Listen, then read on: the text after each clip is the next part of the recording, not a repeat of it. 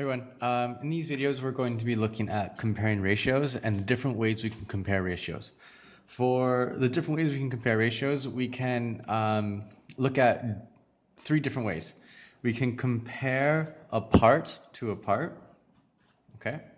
We can compare, again, the other way around. So we can compare the first part to the second part. We could compare the second part to the first part, or we can compare the wholes. And when we compare the wholes, we can then look at either part to make our comparison. We can look at either part to make a comparison. Okay? So in our example from class, we had those mixes of juice. So we can either compare from mix 1 to mix 2, we can compare the part of concentrate to concentrate. So if we have the same amount of concentrate, and then we can look at what's the difference in water. For the other parts, what we can do is we can compare the water compared to the water.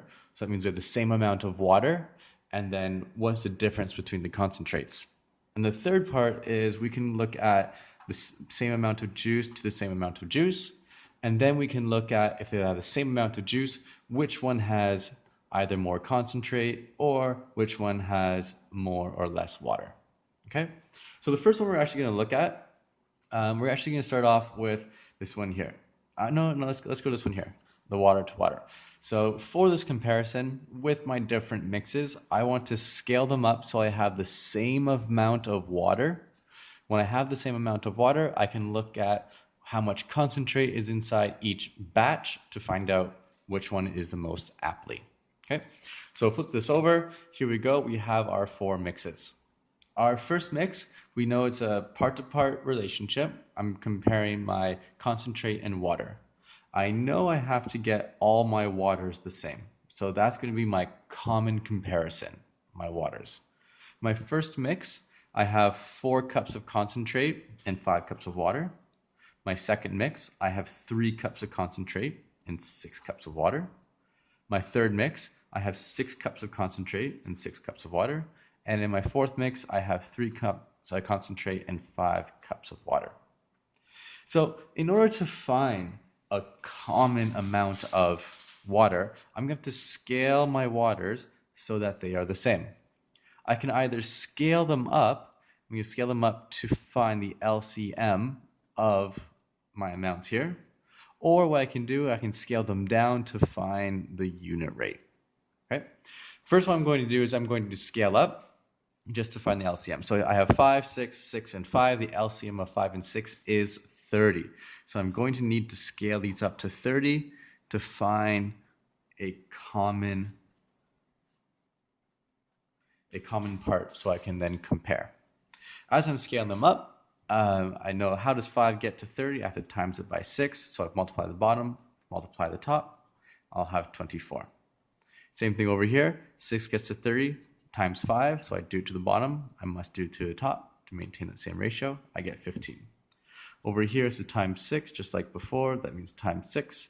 I have 18. And over here, just like the other one, times 5. That means up here, times 5, I have 30. So now let's look at my comparison. Since I have the same amount of water in each mix, I want to know, well, how much concentrate.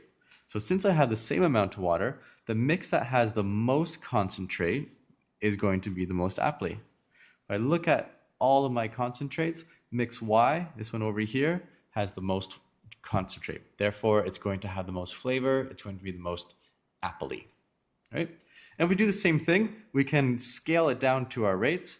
So that means how does 5 get down? Well, it has to divide by 5. That means I have to do it the same to the top. So I have 4 out of 5. Over here, 6, that's divide 6. So I have 3 over 6. 3 divides 6, 3 out of 6, which is the same as 1/2. This one over here, I'm going to divide by 5.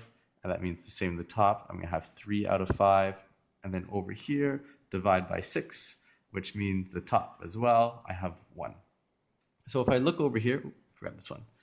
I now have, for 1 cup of water, every time I have 1 cup of water, how much concentrate do I need?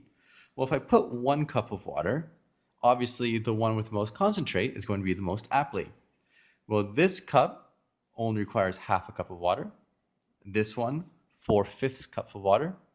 This one mix, 3/5 cups of water. And over here, for every cup of water, I need 1 cup of concentrate. So which one has the most concentrate?